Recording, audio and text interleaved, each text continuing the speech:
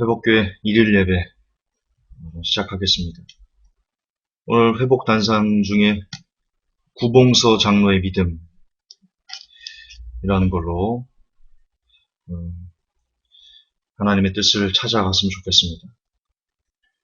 지금의 예능교회, 구연예인교회가 처음 시작됐을 때 몇몇 기독교 연예인들의 성경 공부가 시작됐었답니다. 전도사님과 교인들이 마태복음 1장에 나오는 마리아의 잉태 사실, 그리고 처녀 약혼 여인 그 마리아의 임신 사실을 안 요셉이 조용히 결혼을 파기하려고 했지 않습니까? 그때 천사가 나타나서 마리아의 잉태는 성령이 역사하심이다 라는 말을 듣게 되었다는 그 부분에 대한 성경 공부 중이었습니다. 근데 어떤 분이 마리아가 남자 없이 아기를 가졌다라는 부분에 대해서 자꾸 이렇게 물고 늘어졌습니다. 아니, 세상에 믿을 게 따로 있지. 어떻게 처녀가 아이를 가진단 말이야? 이렇게 황당한 거짓말을 1장에 써놓고 어떻게 나보고 2장을 믿으라고 하는 거지? 그렇게 계속 성경 공부 내내 딴지를 걸어서 진도가 나가지 않고 있을 때였답니다. 그때 지금은 작고하셨죠? 얼마 전에 돌아가셨는데 당시 장로님이었던 그 구봉서 장로님께서 옆에서 가만히 앉아있다가 하도 답답해서 그 사람을 향해서 한마디 하셨답니다. 야, 지 서방이 믿는다는데 네가 왜 난리야? 이게 실화랍니다. 실화랍니다. 참 장로님의 믿음이 아름답다. 그리고 하나님께서도 그 고백을 참 좋아하셨을 것이다. 그렇게 생각합니다. 여러분, 사람들은 자신의 머리로 이해돼야 믿습니다. 저는 그것이 일종의 교만이다라고 말씀드리고 싶습니다. 왜냐면 사람이 한계가 있거든요, 능력이. 그리고 배워온 것, 들어온 것, 아는 것에 대해 역시 큰 한계가 있습니다. 따라서 모든 걸 이해할 수 있는 사람은 세상에 없습니다. 성경을 보면요, 인간의 이해를 뛰어넘는 그런 부분들이 매우 많습니다. 이유는 그분은 하나님이시고 우리는 인간이기 때문입니다.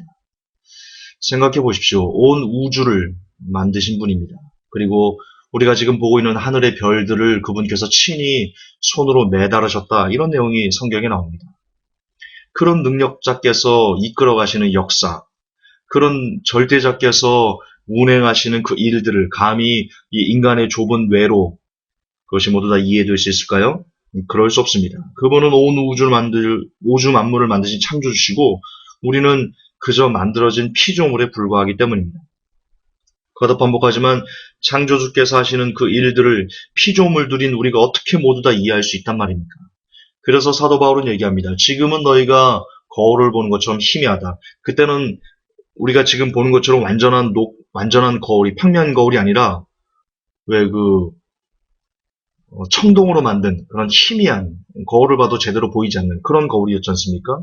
그래서 그런 표현이 나오는 건데, 어쨌든 지금 우리가 하나님의 일들에 대해서 명확하게 알 수 없다. 사도 바울이 얘기합니다. 그러나 그날 가면, 그날 그분 앞에 서면, 그리고 그분과 함께 사는 그날이 온다면 그때는 아주 밝히 볼 수 있다. 지금처럼 흐릿한 것이 아니고 그때서야 비로소 이해할 수 있다. 그렇습니다. 지금 이 땅에서는 하나님의 일에 대해서 인간의 뇌로, 인간의 두뇌로, 인간의 이성으로 100% 이해한다는 것은 거짓말입니다. 이 세상 천지의 그 누구도 그럴 수 없습니다.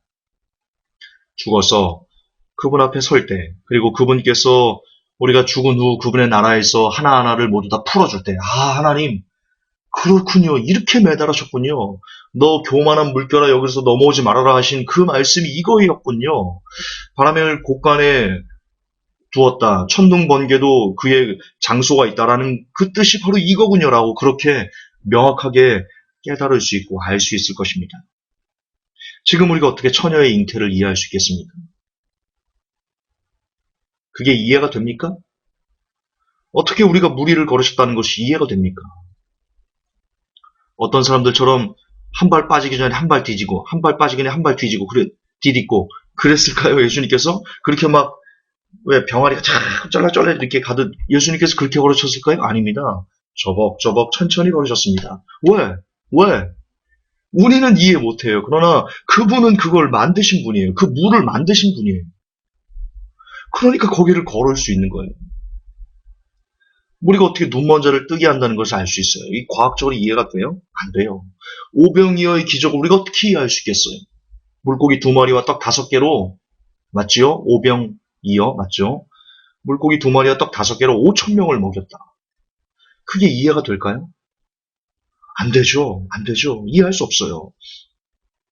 오직 창조주만이 하실 수 있는 그 일을 감히 인간 나부랭이들이 어떻게 이해할 수 있을까? 교만입니다. 따라서 창조주를 아는 길은 창조주께서 하신 그 일들을 우리가 이해할 수 있는 유일한 길은 믿음뿐입니다. 그런즉 믿음은 보지 못한 것들의 증거이며 바라는 것들의 실상이 된다라고 성경이 그렇게 기록해 놓은 것입니다. 우리가 해야 될 일은 그저 성경에 기록되어 있다면 그것이 아무리 우리의 경험과 이성과 이해를 초월하는 부분일지라도 믿는 겁니다. 말씀에 그렇게 되어 있으면 믿는 겁니다. 여기서 말하는 믿음이란 덮어놓고 믿는 믿음과는 다른 겁니다. 제가 말하는 믿음은, 그리고 제가 말하는 덮어놓고 믿는 믿음은 분명 성경에 아브라함이 이삭을 낳았죠.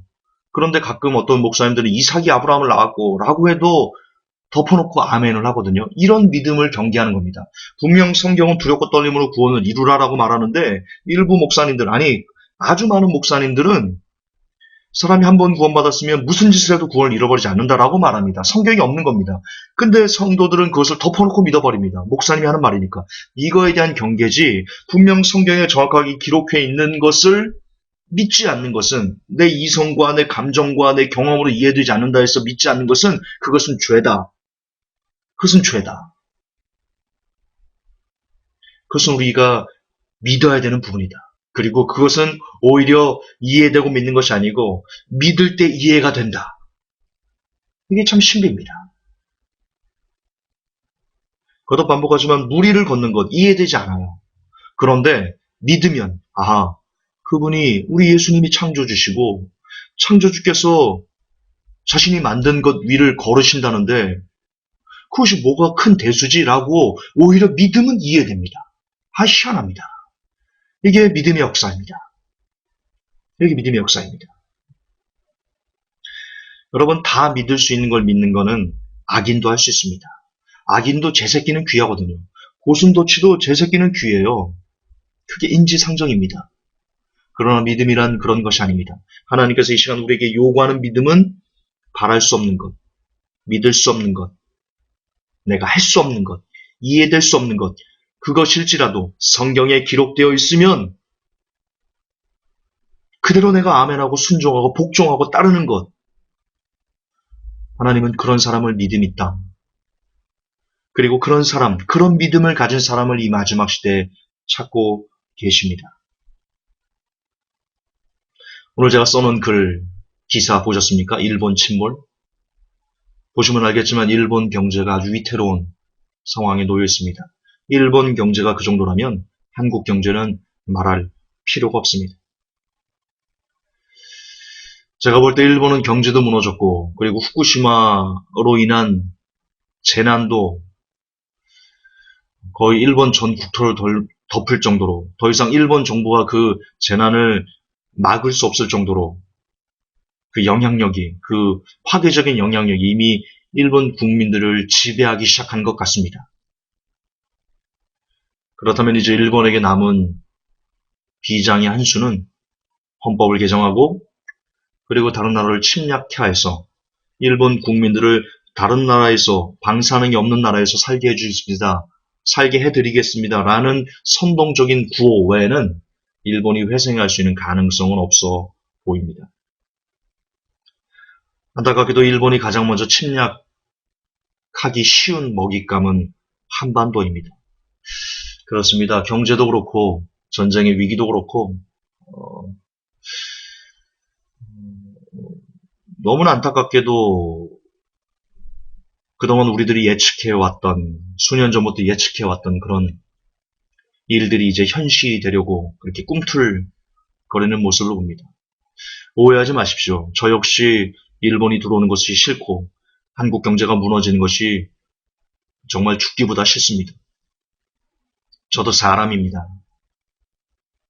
저도 육신을 가지고 있는 사람입니다. 사랑하는 사람들과 그리고 가족들과 그리고 회복교회 성도님들과 조금 더 이 땅에서 복음을 전하며 죽어가는 영혼들을 깨우며 그렇게 알콩달콩 즐겁게 재밌게 그렇게 살다 편안하게 생을 마감하고 싶은 욕심이 저라고 왜 없겠습니까? 그러나 그것은 제 욕심이고 그리고 우리들의 욕심이고 하나님의 시간표, 하나님의 뜻은 다른 곳에 있을지도 모릅니다. 그리고 지금 되어지는 현상들은 안타깝게도 하나님께서 참을 만큼 참으셨다라는 그 증거들이 속속 일어나고 있습니다. 그렇습니다. 이 땅에 하나님의 심판, 하나님의 분노가 쏟아진다면 정말 사람이 우리들이 익히 지금까지 경험해보지 못한 그런 고통의 시간들이 다가올지 모릅니다. 그러나 이때야말로 지금 이런 절체절명의 순간이야말로 저와 여러분이 가진 세상 사람들이 갖지 못한 저와 여러분들이 가지고 있는 그 보석이 빛이 날 때입니다. 그것은 바로 그 이름은 바로 믿음입니다. 오늘도 시편을 묵상했습니다. 시편을 묵상하며 잠깐 밖에서 이렇게 여기저기 걸으면서 시편을 계속 쭉 묵상했는데 그런 구절이 계속 귀에 잡혔습니다. 그분을 의지하는 자 환난 중에도 도움을 받으리라. 그분을 의지하는 자 하나님이 버리지 않으시라. 그분을 의지하는 자 주께서 오른팔로 붙들어 주시리라. 오늘 계속해서 그 말씀이 제 귀에 꽂혔습니다. 여러분 하나님의 말씀은 변함이 없습니다. 그분이 지키신다면 지키시는 겁니다. 그분이 보호하신다면 보호해 주시는 겁니다. 그걸 믿으셔야 됩니다. 그걸 믿고 감사로 아멘 영광 돌리는 것 그것이 크리스찬입니다. 성도 여러분 믿음을 가십시다. 그분이 도와주신답니다. 그분이 환난 때 지켜주신답니다. 아무리 두렵고 고통스럽고 내가 어떻게 이런 삶을 극복해낼 수 있지? 내가 어떻게 이런 절체절명의 그 경제 위기를 이겨낼 수 있겠지? 두려움보다 하나님을 의지하는 마음을 그런 믿음을 더 크게 키우시기 바랍니다. 그러면 그 믿음이 그 보석처럼 찬란히 빛나는 그 믿음이